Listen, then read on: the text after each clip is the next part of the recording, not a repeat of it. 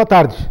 Hoje, 17 de março de 2016, uma data que para Itajaí tem muita importância, até porque o Clube Náutico Marcílio Dias, depois de longo tempo, se descobriu que a data original de fundação do Clube Náutico Marcílio Dias foi aos 17 dias do mês de março de 1919, e isto é comprovado na ata de posse que o Normélio descobriu não sei aonde e então passou a se comemorar o aniversário do Marcílio Dias nesta época.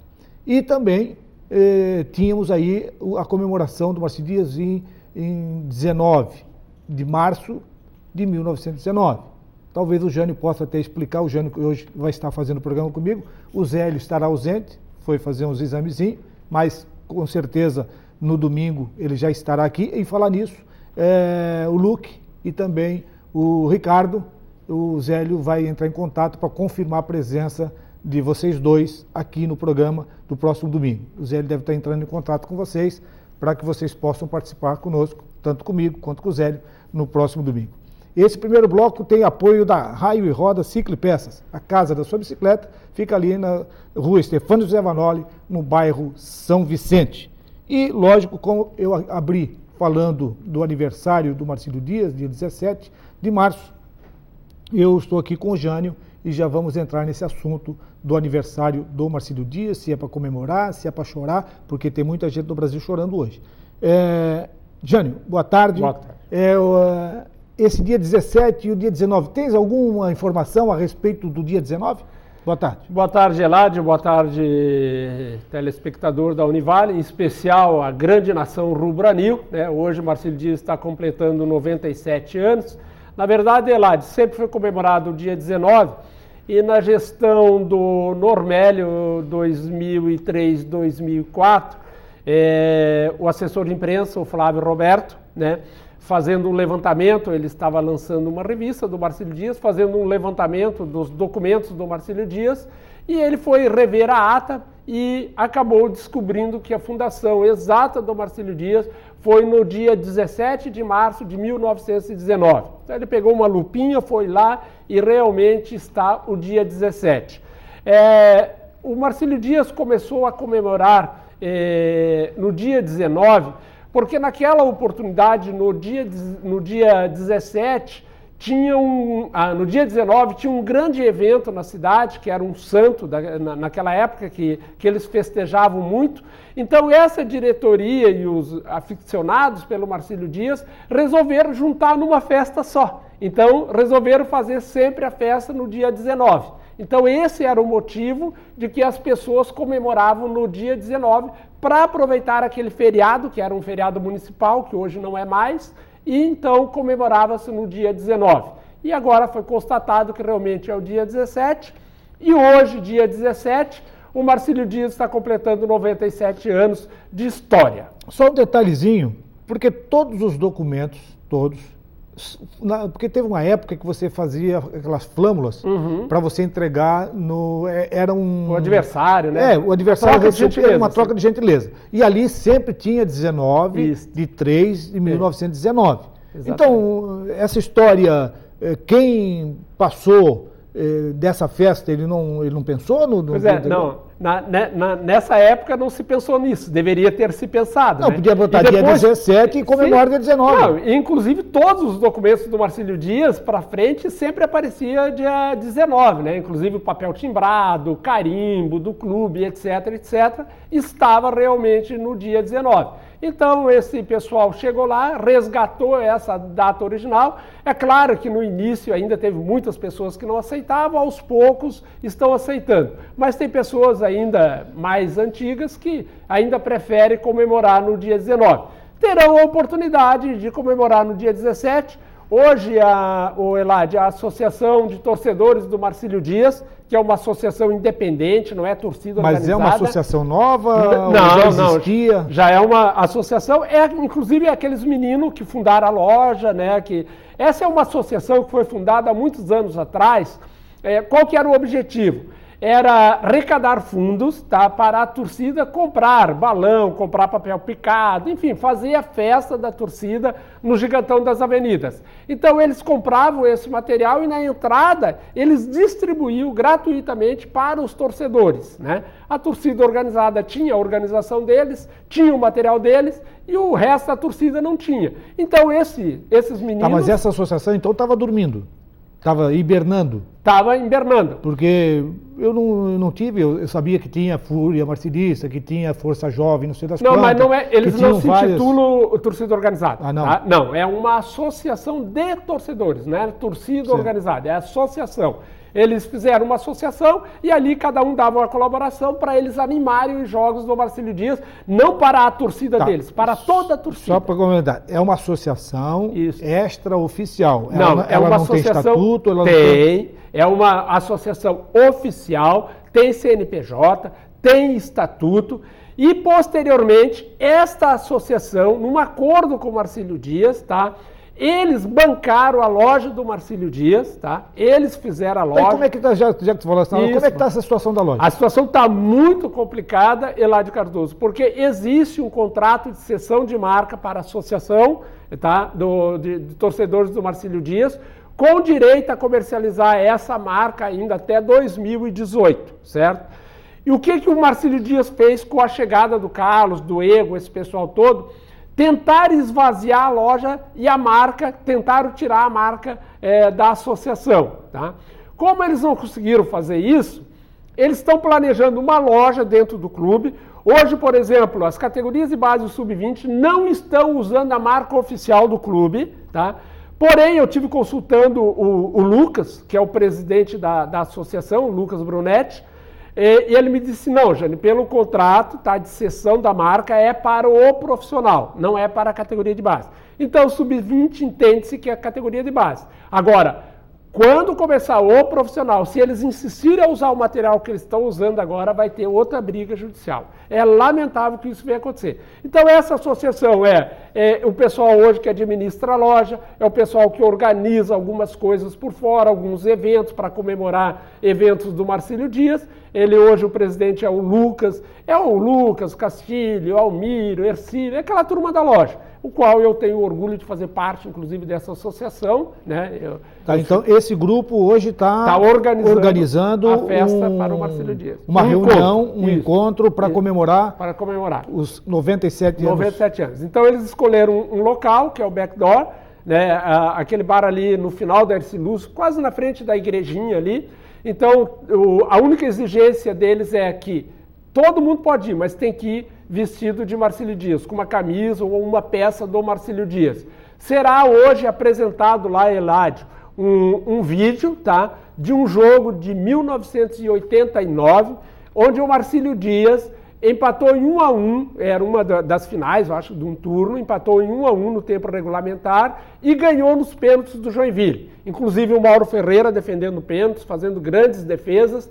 Então eles conseguiram esse material, conseguiram o telão e vai ser apresentado hoje lá nesse local. Tá, um detalhe, o Mauro Ferreira foi convidado? O Mauro Ferreira foi convidado, ainda ontem o Lucas me ligou, ontem à tarde, Jânio, não estamos conseguindo localizar o Mauro Ferreira. Como eu tinha o telefone do Mauro Ferreira, passei para ele imediatamente, ele me deu o retorno e falou que já estava ligando para o Mauro. Então, com certeza, é para estar o Mauro, é para estar vários jogadores do passado lá, dessa era ali, eles convidaram para estar hoje lá. Então, o torcedor que for hoje lá, além de comemorar o aniversário do Marcílio Dias, vai assistir esse jogo e vai rever os ex-atletas e ídolos do Marcílio Dias. Um outro assunto que ainda dá para encaixar, depois nós podemos continuar no segundo bloco, é com relação à Assembleia Extraordinária que está programada para dia 21, na próxima segunda-feira, lá na Câmara de Vereadores. O que você tem para informar para o torcedor do Marcílio Dias, para a comunidade e para aqueles que são sócios e que têm direito ao voto e até de participar desse evento lá na Câmara de Vereadores? Com certeza. Eladio, esse evento eu quero deixar muito claro aí, tem gente aí distorcendo essa situação. Esse evento não é convocado pelo Conselho Deliberativo, não é convocado também, porque uma coisa impressionante, né, Eladio? É o único clube do mundo que eu conheço a história que tem 2 conselhos, né? Mas vamos lá, não é o conselho do Almir, não é conselho de Ego, da diretoria, tá? Os sócios se reuniram vendo a situação que está o Marcílio Dias, hoje não tendo fiscalização absolutamente nenhuma, ninguém sabe o que é feito com o dinheiro dos sócios, o que é feito com o dinheiro das lojas, enfim, com o patrimônio do Marcílio Dias, e esse imbróglio, onde a diretoria executiva não aceita a eleição do Conselho Deliberativo capitaneado pelo Almir, e sim a do Ego da Rosa, os sócios, inconformados com isso, resolveram, através de autorização da lei do Profut, tá, que autorize, a própria Lei Pelé, que 15% dos sócios de um clube, tá, de qualquer associação, reunidos, eles podem sim solicitar uma Assembleia Geral. Mas o próprio Estatuto do Clube. O próprio Estatuto do Clube, essa convocação o Estatuto do Clube fala de 1/5, mas eles estão se baseando na lei superior e conforme o Estatuto também, está no edital, conforme a Lei 3.105, se não me falha a memória, e mais o Estatuto do Clube, onde diz que os sócios, 1/5 dos sócios pelo Estatuto e 15% pela lei, poderão sim convocar um edital de convocação para uma Assembleia Geral. E assim foi feito. 80%, para você ter uma ideia, Eladio, 80% dos sócios assinaram o edital, precisando só de 15%, 80%. Então vai ser segunda-feira, dia 21, a primeira chamada às 19 horas, lá na Câmara Municipal de Vereadores de Itajaí, a segunda chamada às 19h30. E o assunto, tá? A reratificação da eleição do Conselho, da Assembleia Geral, que aconteceu em outubro, da eleição do Conselho em novembro e da posse do conselheiro Almir também em novembro, tá? Ou a reratificação da eleição do Ego. Então, os conselheiros é que têm o poder de decidir. Hoje, muitos dizem, por que ninguém entrou na Justiça? Ninguém entrou na Justiça. Primeiro porque o primeiro poder do clube é a Assembleia Geral. Então, o que a Assembleia Geral decidir? Se decidir que é o Almir, vai ser o Almir. Se decidir que é o Ego, vai ser o Ego. Pronto, não sem problema nenhum. Eu penso assim. Então tá. Então isso aí, na segunda-feira, teremos essa... É aberto, tá? Teremos... Todos podem assistir à Assembleia, mas votará somente os sócios que estiverem aptos, né? Com a situação financeira. Então nós vamos agora ao primeiro intervalo. E na volta nós já vamos saber o seguinte, a situação de quadro social do Marcílio Dias, quem é quem não é, quem vai dizer, quem é que vai confirmar, quem não vai confirmar e quantos sócios tem realmente o Marcílio Dias. Voltamos já já.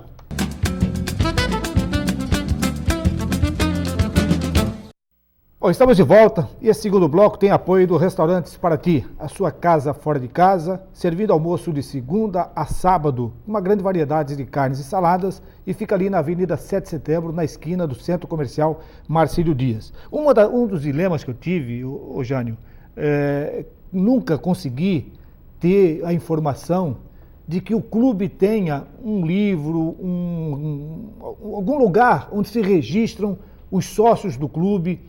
Até historicamente, quem foram os sócios, nunca consegui isso. E como é que o Marcílio Dias hoje onde registra o número de sócios, ou os sócios participantes, aqueles que saíram, que não saíram, que estão inadimplentes, que estão adimplentes, aquilo tudo. Como é que funciona a situação do quadro social do Clube do Alto Marcílio Dias, já que você foi diretor social do clube? Exatamente. O Eladio, como funciona hoje? Tá? Hoje é uma empresa terceirizada que se chama DataClick, uma empresa muito idônea do nosso amigo Mauro Cabeção, um abraço para ele. Então, o que acontece? O torcedor, ele entra no quadro social através da rede social. Só um detalhe, antes. Primeiro antes. Como é que era antes? Sumiu tudo. Não existe nenhum registro hoje. Mas eram fichas? Eram fichas, tudo fichinha que era feita lá no clube, tá? E na última gestão, inclusive, que eu fui diretor social, tá? Nós fomos levantar, tinha sumido tudo, não existia mais nenhum registro de sócio dentro do Marcílio Dias. E na sua época, inclusive, se noticiava que tinha 300 e poucos sócios. Isso, Era esse sócio que estava, esse relatório existe, tá? Esse relatório existe dentro da empresa que presta serviço para os sócios. O que acontece hoje? Quem tem acesso a isso é só a diretoria, porque essa empresa que presta serviço, que administra o sócio do Marcílio Dias, tá? Ele manda periodicamente um relatório para o Clube Náutico Marcílio Dias. Ao mesmo tempo, A diretoria do Marcílio, eu acho que o presidente, diretor social, eu não sei mais quem, tem uma senha que acessa diretamente, através do seu computador, tá, o quadro de sócios dentro da DataClick. Tá? Então é dessa forma, o registro hoje está salvo dentro de um computador. Tá, então lá existe o registro de 300, se eu chegar lá, vou ver o registro de 300 sócios adimplentes e inadimplentes. Isso, exatamente, adimplentes e inadimplentes. Mas só quem tem acesso hoje, isso é a diretoria executiva. Tá, e quantos sócios vão estar em condições de votar nessa reunião de segunda-feira? Aproximadamente, pelas nossas contas. Porque tu vai dizer assim, pô, Jânio, mas só a diretoria tem acesso a isso, como é que você sabe? Nós nos baseamos na última relação que foi emitida pela diretoria executiva, que inclusive saiu no site, né, da última eleição do Conselho Deliberativo, que foi em outubro, tá? Outubro e novembro depois. Então nós nos baseamos, os sócios se basearam por aquilo lá, fizeram o contato com todos os sócios, tá? E foram confirmando ainda tal, não tá, e sobrou 38 sócios no mês passado. Então tá, então 38 sócios que vão ter direito a votar lá, inclusive o Egon tem direito a voto. Tem direito a voto por Senado. O próprio presidente tem direito a voto, o vice-presidente, todo mundo tem direito a voto. Certo. Todos aqueles estão adimplentes dentro do quadro. Então, essa é a situação do Marcílio Dias para a próxima segunda-feira. Só queria só, assim, Olá, se você me permitir, permito. Tá? Assim, ó, só para o público ter ideia, assim, ó, quem que assinou isso aí? Dr. Delfim de Paula Peixoto assinou, tá? O ex-presidente Carlos Crispim assinou, ex-presidente Normélio Weber assinou, tá? Ex-presidente do Conselho Deliberativo, o senhor Aldo Correia. Marlon Bendini também assinou. Não assinou? O Marlon Bendini é o seguinte, ele autorizou, tá, colocar o nome dele e essa semana ele vai assinar. Bom, espero que ele cumpra, né? O Luiz Antônio, ex-presidente do Conselho, Dr. Benício, ex-vice-presidente da Executiva, assinou, toda a família do seu Benício. São 38. Enfim, são 38, mas eu queria destacar essas pessoas, entendesse? Porque foram pessoas importantes, que têm história dentro do Marcílio Dias. Então eles também querem essa mudança. Então essa é a situação do Marcílio Dias que hoje completa 97 anos e tem aí essa reunião, esse encontro hoje lá. No dia 21, então, essa assembleia que é de suma importância para o Clube Náutico Marcílio Dias. Mas nós tivemos aí também rodadas na Libertadores e rodada também no Campeonato Catarinense, e como a nossa equipe técnica fez aí a nossa tabela, nós vamos aí apresentar a tabela e falarmos um pouquinho dessas competições. Na Taça Libertadores, o Trilhanos contra o 1-1 contra o São Paulo, o Atlético Mineiro 3-0 no Colo-Colo, o Corinthians 2-0 no Cerro Porteño. O Corinthians também, o Atlético Mineiro também, o São Paulo conseguiu esse empate aí, não sei se pode ser considerado bom. E teremos hoje o Nacional do Uruguai contra a equipe do Palmeiras. Esses são os jogos da Taça Libertadores. E no Campeonato Catarinense tivemos aí 3 partidas dessa terceira rodada. O Inter de Lages perdeu para o Figueirense 1-0, um golaço de falta. O Brusque venceu a equipe do Metropolitano com um gol do Carlos Alberto. E o Joinville também, de penalidade máxima, venceu a equipe do Criciúma. E hoje, completando essa terceira rodada, teremos Guarani de Palhoça e Chapecoense às 19 horas e às 21h30, Avaí e Camboriú. Na classificação do campeonato, essa classificação parcial, tá? Tem jogos que o Joinville é líder porque jogou, a Chapecoense não jogou. Então o Joinville líder com 9 pontos, Chapecoense 6 e não jogou, o Metropolitano já jogou, tem 6 pontos, Criciúma já jogou, também tem 6 pontos, o Brusque jogou, tem 6 pontos, o Guarani de Palhoça não jogou, tem 3 pontos, o Figueirense jogou, tem 3 pontos, o Inter de Lages jogou, perdeu mais uma vez, tem 0, o Avaí não jogou, tem 0, e o Camboriú é o último colocado também que não jogou, joga hoje contra o Avaí, também tem 0 ponto. Na classificação geral, a Chapecoense tem 30 pontos, o Criciúma 24, Avaí 17, Joinville 17, Brusque 16, Internacional de Lages 15, Metropolitano 15, Figueirense 9, ele ganhou, ele foi para 12 nesse jogo do Figueirense, e o Guarani de Palhoça 8, o Camboriú tem 7 pontos. Então essa aí é a situação. Dentro do campeonato, está definido os rebaixados? Eladio, eu acho muito difícil a situação do Guarani e do Camboriú, é quase que irreversível. Tá? O Camboriú perdeu a grande oportunidade naquele jogo com o Metropolitano. Era o jogo-chave. Era o jogo-chave. E ontem eu assisti alguns jogos, assisti o Internacional de Lages e o Figueirense, né? Aliás, o Internacional de Lages, eu até estava brincando na rádio hoje, né? Que o Leão Baio lá deu uma gripe danada e parou de urrar lá na Serra, né?